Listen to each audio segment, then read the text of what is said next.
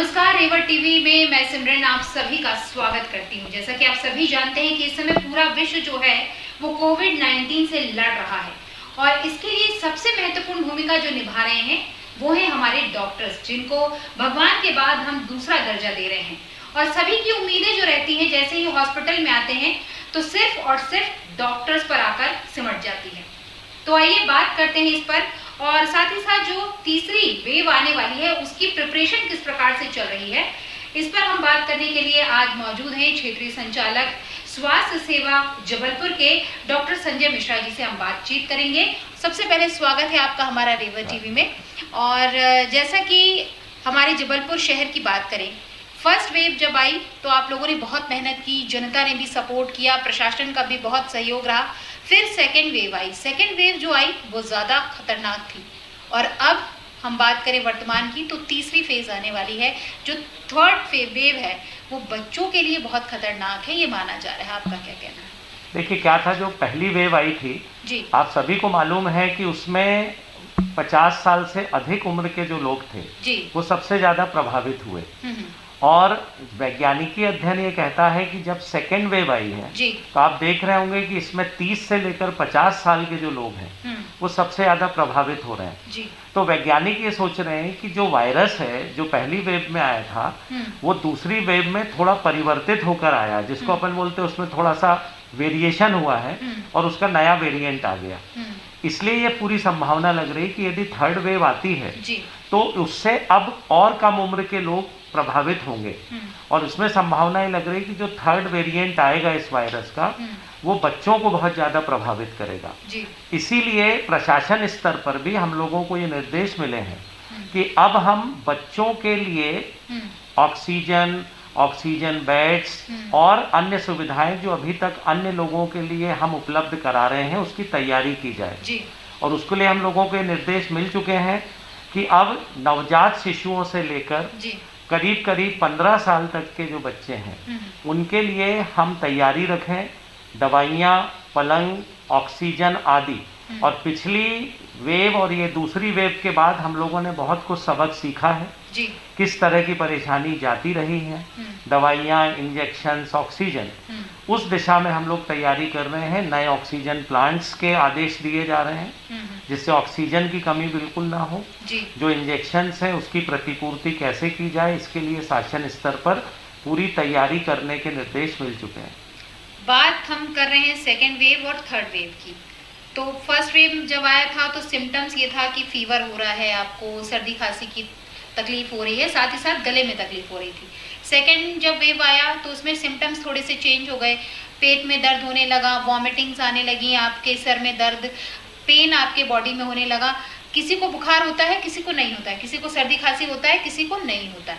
लेकिन जब third wave आएगी उसके सिम्टम्स के बारे में कुछ अभी तक पता चला? देखिए, क्या है कि अभी तक जो सिम्टम्स आ रहे थे वो जी। बड़े सरल प्रकार के सिम्टम्स थे फर्स्ट वेव में, इसलिए आपने देखा मृत्यु दर बहुत कम थी। सेकेंड वेव आने के बाद आपने देखा कि इसमें बुखार के साथ साथ फेफड़ों का इन्वॉल्वमेंट बहुत बढ़ गया, जी, जिससे व्यक्ति का ऑक्सीजन सैचुरेशन कम हुआ, जो कि उसकी मृत्यु का कारक रहा। थर्ड वेव आने पर जो संभावना, जैसा वैज्ञानिक भी चर्चा कर रहे हैं कि इसमें शरीर के दूसरे अंगों पर यह वायरस प्रभाव डालेगा, खासकर बच्चों में, जी, क्योंकि बच्चों की प्रतिरक्षी क्षमता वैसे भी कम होती है। तो ऐसा लग रहा है कि अब उनके लिवर, उनके हार्ट, उनकी किडनी, उनकी मांसपेशियों, उनकी हड्डियों पर यह प्रभाव डालेगा और उससे संबंधित असामान्यताएं बच्चों में आने की संभावना है।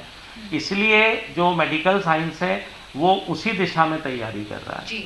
और अगर हम बात करें जैसे कि बच्चों की है अभी, क्योंकि वैक्सीन भी नहीं आया है और इसके साथ ही साथ उनको किस प्रकार से हमें क्योर करना है। स्कूल्स तो हालांकि बंद हैं और लॉकडाउन है, जनता कर्फ्यू है, तो अभी तक सब कुछ सिमटा हुआ है। लेकिन हो सकता है कि मई के बाद में लॉकडाउन फिर से खुल जाए और ऐसे में लोगों की आवाजाही बढ़ जाती है और बच्चे जो हैं वो बाल मन को समझाना बड़ा मुश्किल होता है कि अगर उनको खेलने नहीं मिलता है तो उनका तो आधा ही ऐसा लगता है कि वो बीमार से हैं। ऐसे में बच्चों को किस प्रकार से हम समझाएं ताकि वो घर पर रुक सकें। ऑनलाइन अभी जो स्टडी है वो ब्रेक हो गई है, लेकिन ये है कि टीवी, टैब, मोबाइल्स वो देख रहे हैं, लेकिन फिजिकल जो उनको कसरत करनी चाहिए वो नहीं हो पा रही है।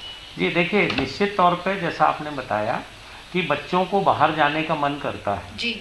लेकिन जैसा अपन बार-बार कहते हैं कि यदि बाहर भी लोग हैं, तो हमें फिजिकल डिस्टेंसिंग का पालन करना चाहिए। जी। यदि बच्चों को बाहर जाना है, तो हम ऐसे स्थान पर उन्हें जाने दें जहां कम बच्चे हैं, दूर-दूर कुछ ऐसा खेल खेलें वो, जी। फिजिकल एक्सर्शन करें, या फिर एक्सरसाइज जैसे कि उदाहरण के लिए ये मान के चलें आप कि जी। ऐसा खेल ना खेलें जिसमें उनको बहुत नज़दीक आना पड़ता है। हम्म। फिर मुझे लगता है अब धीरे-धीरे, चूँकि यदि थर्ड वेव आती है, स्कूल पर बहुत ज़्यादा दुष्प्रभाव पड़ रहा है, तो मुझे लगता है फिर से ये ऑनलाइन जो टीचिंग है, ये प्रारंभ करनी पड़ेगी, क्योंकि बच्चों का नुकसान हो रहा है, अब उनकी पढ़ाई का नुकसान हो रहा है, तो बच्चे उसमें भी एंगेज होंगे। और घर पर रहकर जो गेम्स हैं, जो परिवार के साथ खेले जा सकते, चेस है, कैरम है, लूडो है, इस पर हमें ज़्यादा ध्यान, किताबें उनको दी जा सकती हैं, दूसरी जो वो पढ़ें, तो वो घर पर ही एंगेज रहें, और यदि बाहर जाएं तो फिजिकल डिस्टेंसिंग के बारे में उनको ज़रूर शिक्षा दें, और साथ ही साथ उनके वैक्सीनेशन पर अब बहुत ध्यान देने की आवश्यकता है, और मुझे लगता है ये जल्द ही शुरू होगा। एक बात और है, बात जब हम कोरोना की ट्रीटमेंट की करते हैं तो एक इंजेक्शन की बात होती है रेमडेसिविर। अभी जबलपुर शहर में इसके बारे में जो खबरें आ रही हैं, जो घटना घटित हुई है कि वो नकली पाए गए। अगर हम जब ट्रीटमेंट कर रहे हैं और ये इंजेक्शन पहले भी बच्चों को भी लगे, ये इंजेक्शन लगने के बाद उसका क्या साइड इफेक्ट एक बच्चे पर पड़ेगा, क्योंकि वही इंजेक्शन एक बड़े को लग रहा है, एक छोटे को लग रहा है, एक बूढ़े को लग रहा है। देखिए, जहाँ तक नकली का सवाल है, तो उसमें क्या रसायन है, निश्चित तौर पे वो सामान्य रसायन नहीं है।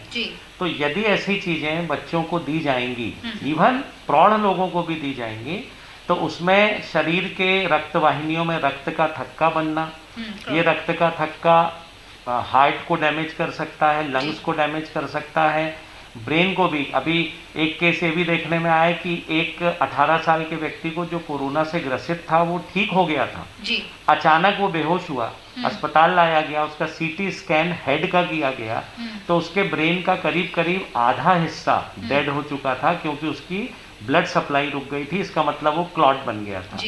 इसके अलावा मांसपेशियों पर दुष्प्रभाव पड़ेगा, ये यदि इंजेक्शन दिए जाएंगे तो मांसपेशियां पैरालाइज हो सकती हैं, किडनी पर बहुत दुष्प्रभाव पड़ेगा। कहने का अर्थ है कि यदि कोई भी नकली दवाई दी जाती है, तो उनका मल्टी ऑर्गन फेल्यूर जैसी घटनाएं सामने देखने आएंगी। जी। और अगर जैसे कि हम बात करते हैं होम आइसोलेशन में रह के भी कुछ लोग ठीक हो जाते हैं और डॉक्टर के संपर्क में रहते हैं, तो कितने दिन का होम आइसोलेशन होना चाहिए, कितने दिनों बाद उन्हें दवाइयाँ लेनी चाहिए, किस प्रकार से ऑक्सीजन का यूज़ करना चाहिए, ये सब हम जानना चाहिए। जी देखिए, क्या होता है कि हमेशा ये माना जाता है कि होम आइसोलेशन सबसे अच्छा होता है। जी। उसका कारण है कि एक तो आप फिजिकल डिस्टेंसिंग मतलब आइसोलेशन, परिवार के दूसरे सदस्यों से पूरी तरह अलग रह सकते हैं। जी। आप स्वतंत्र हैं अपने घर में, परिवार का साथ आपको मिल रहा है कि आप घर के अंदर हैं, तो एक आपका कॉन्फिडेंस अच्छा होता है। अस्पताल में जो भर्ती होता है, चारों तरफ मरीज देखते रहते हैं, बहुत से बड़े खराब दशा में मरीज होते हैं, उनको देखकर टेंशन आता है, मानसिक तनाव आता है कि उसके जैसे मेरा हाल भी तो नहीं हो जाएगा। जी। जो होम आइसोलेशन, अभी देखिए होम आइसोलेशन में करीब करीब 70% से ज़्यादा लोग हैं और ठीक हो रहे हैं। जी। अस्पताल उन्हीं लोगों को आना चाहिए जो गंभीर स्थिति में आ चुके हैं।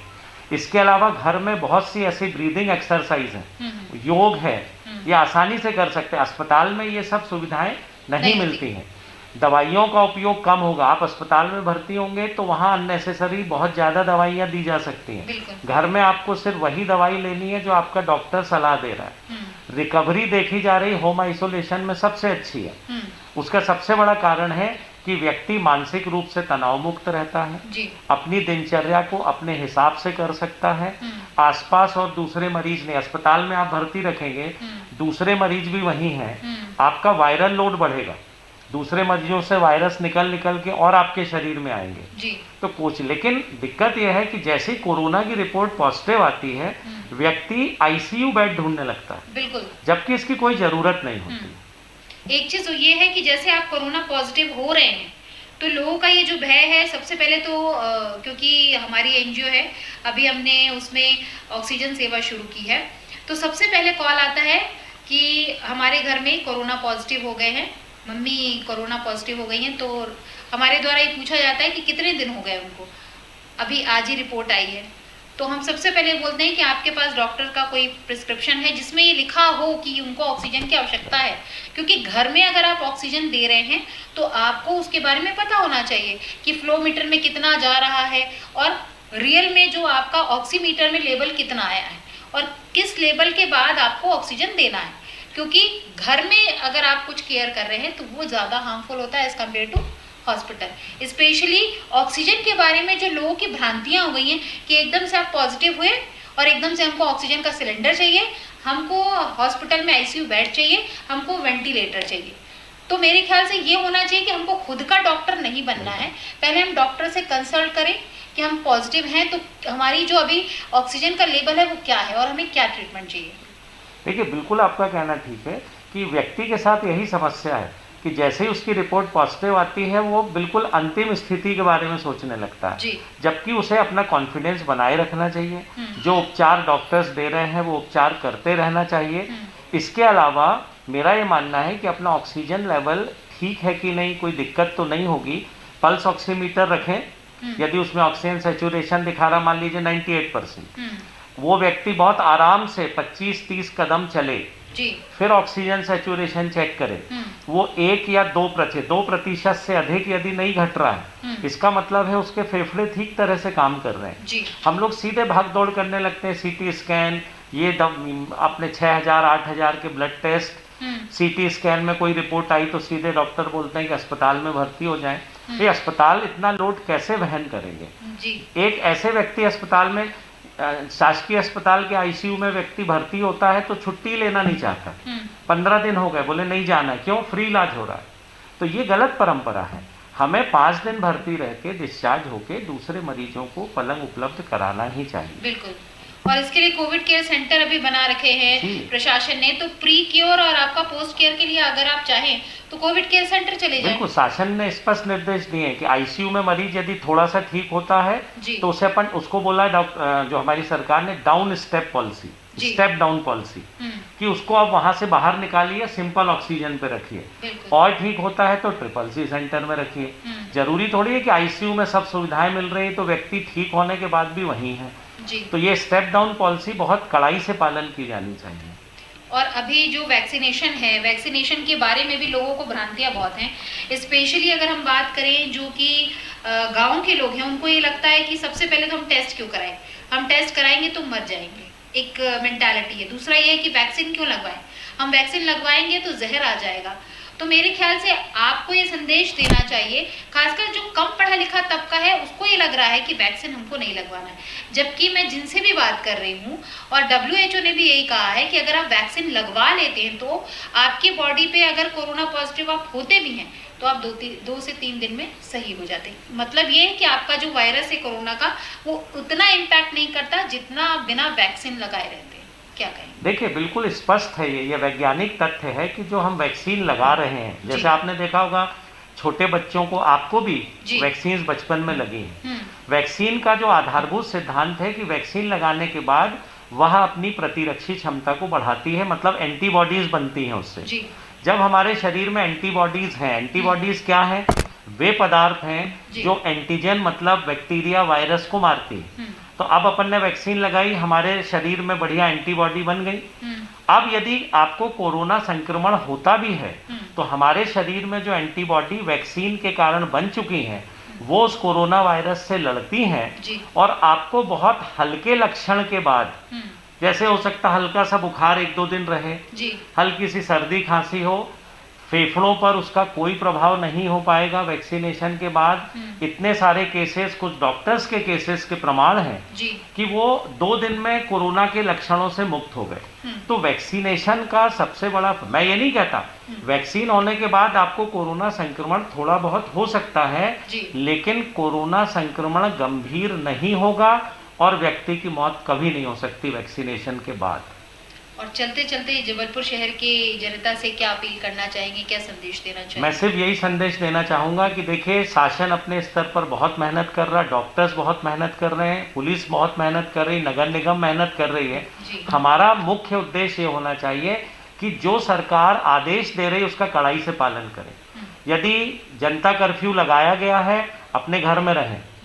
बीमारी कम होना शुरू हो गई है देखिए, लेकिन यदि हमने ये सोच लिया कि अब तो बीमारी कम हो रही है तो विस्फोट फिर से हो सकता है। हमें अपनी जान बचाना है, अपने घर के लोगों की, क्योंकि आप बाहर जाएंगे, बाहर से आके घर में आएंगे, हमारे घर में बुजुर्ग लोग हैं, वो संक्रमित हो जाएंगे। तो कोरोना कर्फ्यू का पालन करें, मास्क बिल्कुल आप स्ट्रिक्टली उपयोग करें। जब भी आप किसी स्थान पर हैं, घर में एक कमरे में हैं, मास्क हटा लीजिए। जहाँ कम लोग हैं वहाँ थोड़ी देर के लिए मास्क हटा लें, लेकिन जहाँ अधिक लोग हैं मास्क लगाए रखें, फिजिकल डिस्टेंसिंग का उपयोग करें और हैंड वॉशिंग।